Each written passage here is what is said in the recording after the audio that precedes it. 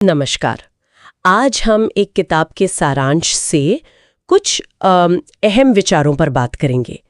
किताब का नाम है स्पष्टता, जीवन में दिशा और उद्देश्य।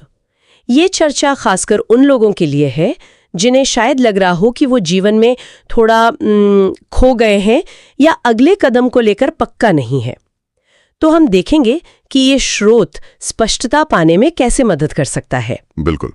और इस स्रोत का एक दिलचस्प पहलू ये है कि ये सिर्फ जवाब ढूंढने पर जोर नहीं देता, बल्कि ये कहता है कि सही सवाल पूछना ज्यादा जरूरी है। ये एक तरह से मानसिक उलझन को सुलझाने और एक उद्देश्य वाली जिंदगी बनाने का तरीका बताता है। सही।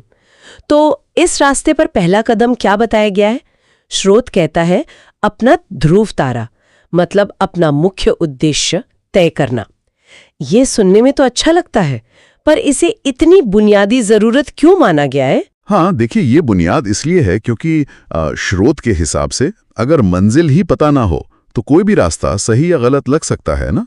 उद्देश्य एक कंपास की तरह है, दिशा दिखाता है। और हाँ, एक बात और, स्रोत कहता है इसे लिखना जरूरी है, सिर्फ सोचना नहीं। लिखने से वो सोच, वो इरादा पक्का हो जाता है, फिर ध्यान नहीं भटकता जब पता हो कि क्या जरूरी है असल में। ठीक है, तो दिशा मिल गई, पर सिर्फ जानने से तो काम नहीं चलता, उस पर चलना भी होता है। और यहीं पर अगली बात आती है, प्रेरणा से ज्यादा अनुशासन। ये थोड़ा अजीब लग सकता है क्योंकि हम तो अक्सर मोटिवेशन या प्रेरणा के पीछे भागते हैं। सही कहा आपने। स्रोत यही कहता है कि प्रेरणा तो आप देखिए लहरों की तरह है, कभी है कभी नहीं, भरोसे लायक नहीं। लेकिन अनुशासन वो रोज की छोटी छोटी कोशिशें हैं, शायद दिखने में बड़ी ना लगें, पर असल में यही हैं जो धीरे धीरे आत्मविश्वास और वो जो हम बात करें स्पष्टता, उसको बनाती हैं। दिलचस्प बात यह है कि स्रोत इसे सिर्फ विल पावर या इच्छा शक्ति का खेल नहीं मानता। अनुशासन असल में अनिश्चितता को कम करता है, दिमाग शांत होता है और स्पष्टता अपने आप आती है। ये उस बाहरी प्रेरणा से काफी अलग है। सोचने वाली बात है। मतलब रोज के छोटे पक्के कदम ज्यादा काम के हैं बड़ी छलांगों से। हाँ, लेकिन क्या हमारे आसपास की चीजें, हमारा माहौल, वो भी इस पर असर डालता है, अनुशासन पर, स्पष्टता पर? हमारी स्पष्टता को बनाता या बिगाड़ता है। स्रोत के मुताबिक अनुशासन का एक हिस्सा ये भी है कि हम सोच समझकर अपना माहौल चुनें, उसे मैनेज करें।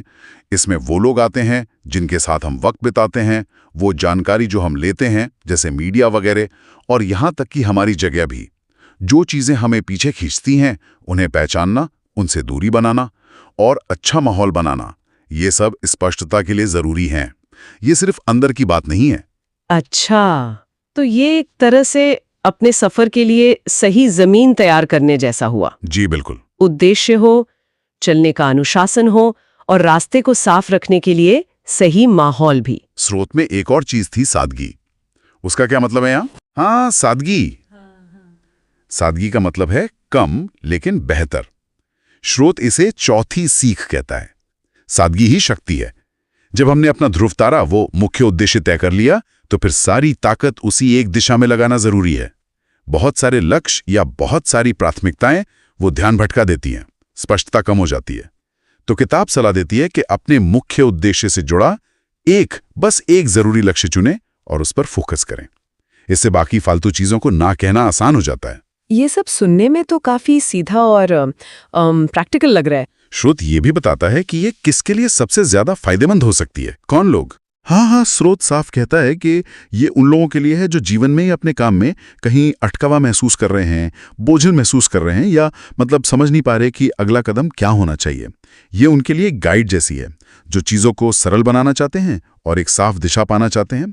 समीक्षक ने भी इसे व्यावहारिकता और स्पष्टता के लिए अच्छी रेटिंग दी है, 5 में से 4.5, जो बताता है कि ये काम की चीज है। तो कुल मिलाकर इस स्रोत से जो संदेश निकल रहा है वो ये है कि स्पष्टता कोई रहस्यमयी चीज नहीं है, बल्कि ये सोच समझकर लिए गए फैसलों का नतीजा है।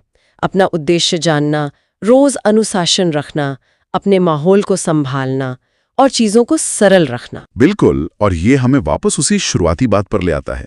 अगर स्पष्टता सही सवाल पूछने से आती है, जैसा कि स्रोत कह रहा है, तो शायद सोचने वाली बात यह है कि वो कौन सा एक सवाल है जिसे इस वक्त खुद से पूछना सबसे जरूरी है ताकि जीवन में थोड़ी और दिशा मिल सके।